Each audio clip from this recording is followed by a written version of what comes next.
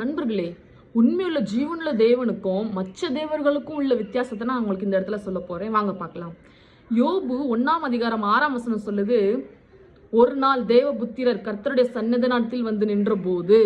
அப்போ தேவபுத்திரர் வேற, கர்த்தருடைய சன்னிதானத்தில் வந்து நிற்கிறாங்க தேவபுத்திரர். ஓகேவா? அப்போ தேவபுத்திரர் அப்படிங்கிற போது நான் உங்களுக்கு ஆதியாகமம் 6ஆம் அதிகாரத்தில் நம்ம 2-3-4 வசனம் வாசித்தோம் அப்படின்னாக்கி, உலகத்தில் மனுஷங்கள் பெருக தொடங்கின பிறகு அதில் வந்து தேவபுத்திரர் தேவகுமாரர் மனுஷகுமாரத்திகள் சௌந்தரியம் உள்ளவர்கள் என்று கண்டு அவங்களோட பெண் கொண்டு அவங்க மூலமாக பிள்ளையும் பெற்கிறாங்க. அப்போ அந்த இடத்துல ராட்சசர்கள் இருந்தார்கள் என்று சொல்லப்பட்டிருக்குது. இங்கிலீஷில் நெஃபிலிம், தேவகுமாரருக்கு சன்ஸ் ஆஃப் காட் அப்படின்னு சொல்லப்பட்டிருக்கிறது. அப்போ அவங்க இந்த இடத்துல அந்த பண்ணுற தப்புனாலே கடவுள் வந்து ஆயுஷ் நாட்களை, மனுஷரோட ஆயுஷ் நாட்களை குறைக்கிறாங்க.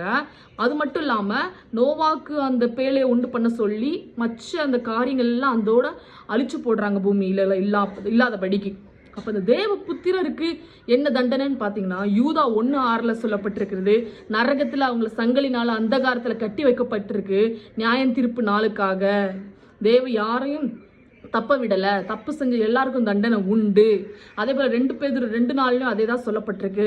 தேவ தூதர்களை அந்தகாரத்திலே நரகத்திலே தள்ளி நியாயம் தீர்ப்பு நாளுக்காக சங்கல்லிகளினால் கட்டி வைக்கப்பட்டிருக்கிறது என்று. அப்போ தேவ புத்திரராகவே இருக்கட்டும், தேவகுமாரராகவே இருக்கட்டும், அவங்களும் தவறு செஞ்சால் தப்பு தான்.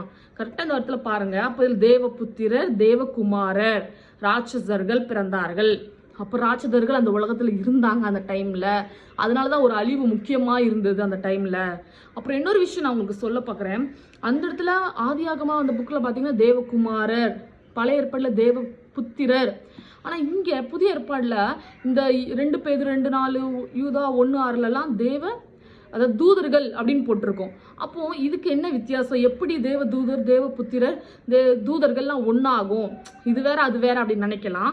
அதுக்கும் உங்களுக்கு ஒரு வசனம் சொல்றேன். ரோமர் 8:14 போட்டிருக்கு, மேலும் எவர்கள் தேவனுடைய ஆவினாலே நடத்தப்படுகிறார்களோ அவர்கள் தேவனுடைய புத்திரராக இருக்கிறார்கள். அப்போ நம்ம தேவனுடைய ஆவினால் நடத்தப்பட்டோம்னா மனுஷனுக்கும் இந்த பாக்கியம் கர்த்தர் கொடுத்திருக்கிறார். யோவான் 1ஆம் அதிகாரம் 12ஆம் வசனம் வாசிச்சிங்கன்னா உங்களுக்கு புரியும். மனுஷன் நம்ம விசுவாசத்தினால தேவனை நம்ம பார்க்குறோம் அப்படின்னா தேவனுடைய பிள்ளைகளா இருக்கிறோம் என்று சொல்லுகிறார் நம்மளை பார்த்து மனுஷனுக்கு. அதே போலதான் தேவ தூதர்களுக்கும், அதே போலதான் தேவ புத்திரருக்கும் அதே போலதான். மேலும் எவர் வந்து தேவ ஆவினாலே நடத்தப்படுறாங்களோ அவங்களும் தேவனுடைய புத்திரர்களா இருக்கிறாங்க. புரியுதா உங்களுக்கு? அப்போ தேவ ஆவினால நடத்தப்படுற அந்த பரலோகத்துல வாஞ்சிக்கிறவங்களாம் தேவ புத்திரர்களா இருக்கிறாங்க நண்பர்களே. அதனாலதான் மத்தேயு 22ஆம் அதிகாரம் 30ஆம் வசனம் சொல்லுது, உயிர் தெழுதலில் கொல்வனையும் கொடுப்பனையும் இல்லை, அவர்கள் பரலோகத்திலே தேவ தூதர்களைப் போல் இருப்பார்கள். அப்போ தேவ தூதர்களை போல் நம்ம வந்து உயிர் தெழுதுட்டோம், நற்கிரியை செய்து உயிர் தெழுதுட்டோம் அப்படின்னாக்கி பரலோகத்தில் இருக்கும்போது நம்ம தேவ தூதருக்கு அதாவது அந்த மாதிரி ஒப்பனையாக இருப்போம். அங்கே வந்து கொல்வெண்ண கொடுப்பெண்ண கல்யாணங்கிறது ஒன்று கிடையாது. இப்போ புரியுதா? அதனால தேவகுமாரர் செஞ்சது அந்த இடத்துல தவறு. அப்போ புரியுதா? நம்ம வந்து அதாவது பரலோகத்தில் வாஞ்சிக்கிறோம் அப்படின்னா தேவதூதர் தேவகுமாரர் இதெல்லாம் ஒரே லெவலான ஒரு இது. அப்போ அவங்க வந்து தவறு செஞ்சு விட்டாங்க. அதனால தான் இந்த ஆதி ஆகமத்தில் கொடுத்துருக்க தேவகுமாரர் தேவபுத்திரர் அங்கே இதுக்கும் கடைசியில் இப்போ கொடுத்துருக்க அந்த யூதா பேதுருவில் கொடுத்துருக்கிறதுக்கு தேவதூதர்கள் அப்படின்னு கொடுத்துருக்கிறதுக்கும் இதெல்லாம் சம்மந்தப்பட்ட ஒரு காரியம். தவறு செய்தால் யாருக்குனாலும் தண்டனை தான். அதுவும் இல்லாமல் நீங்கள் 1 கொரிந்தியர் 8ஆம் அதிகாரம் 5-6 வசனத்தில் எடுத்து பார்த்தீங்கன்னா, அநேக தேவர்கள் உண்டு, வானத்திலும் பூமியிலும் அநேக தேவர்கள் உண்டு, ஆனால் நம்மளுக்கு பிதாவுங்கிற ஒரே தேவர் மட்டும் உண்டு. அதுவும் கிறிஸ்து என்கிற இயேசு கிறிஸ்துங்கிற ஒரே தேவர் உண்டு. இவர்கள் மூலமாக தான் நம்மளுக்கு உலகம் எல்லாம் உண்டாயிடுச்சு. இயேசு கிறிஸ்து மூலமாக உலகம் எல்லாம் உண்டாயிற்று. அவர் மூலமாக தான் நாமளும் உண்டாகணும். அவருக்காக தான் நாம் வாழ்கிறோம். அவருக்கு நம்ம பிதாவின் மூலமாக தான் எல்லாமே படைக்கப்பட்டது, எல்லாமே உண்டாயிடுச்சு என்று சொல்லப்பட்டிருக்கிறது.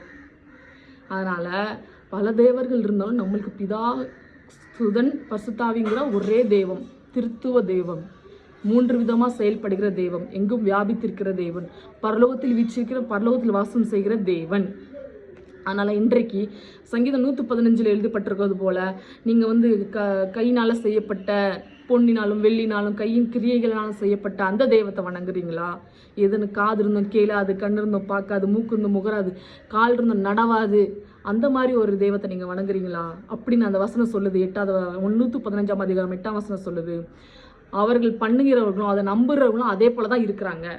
அப்போ நம்பி நீங்கள் அதை பண்ணி அதையே நம்பிட்டு இருக்கீங்கன்னா உங்களோட வாழ்க்கையிலும் அப்படி தான் மந்தமாக இருக்கும். அதனால் இந்த வசனத்தை கொண்டு தெரிஞ்சு கொள்ளுங்க. அநேக தேவர்கள் இருந்தாலும் ஒரே உண்மையுள்ள தேவன், ஜீவனுள்ள தேவன், எல்லா தேவனுக்கும் மேலான தேவன் ஒரே தேவன். அந்த தேவனை தான் நீங்கள் வணங்கணும்.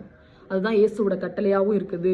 அதான் 1 ராஜாக்கள் 18ஆம் அதிகாரத்தில் எலியா 850 கள்ள தீர்க்கதரிசிகள், பாகாதி தீர்க்கதரிசிகளுக்கு முன்பாக ஒரே ஆளா நின்று அந்த தெய்வங்கள் செய்யக்கூடாத காரியத்தை தண்ணியின் மேல் அக்கினி இறங்கத்தக்கதாக, அந்த தண்ணியெல்லாம் அக்கினி சுட்டரிக்கத்தட்டு, அதாவது மக்கி போடுறத்தக்கதாக வல்லமையான காரியங்களை செஞ்சு காட்டினாரு.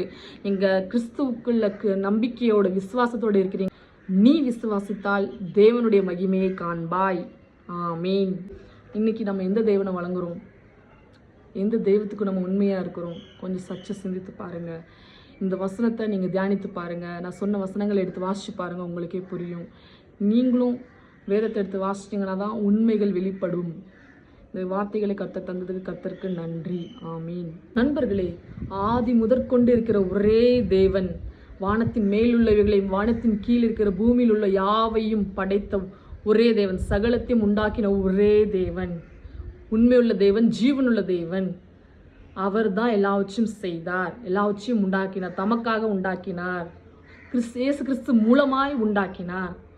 இப்போ உங்கள்கிட்ட ஒரு கேள்வி நண்பர்களே, மக்களே, தேவ புத்திரங்கிறது யாரு?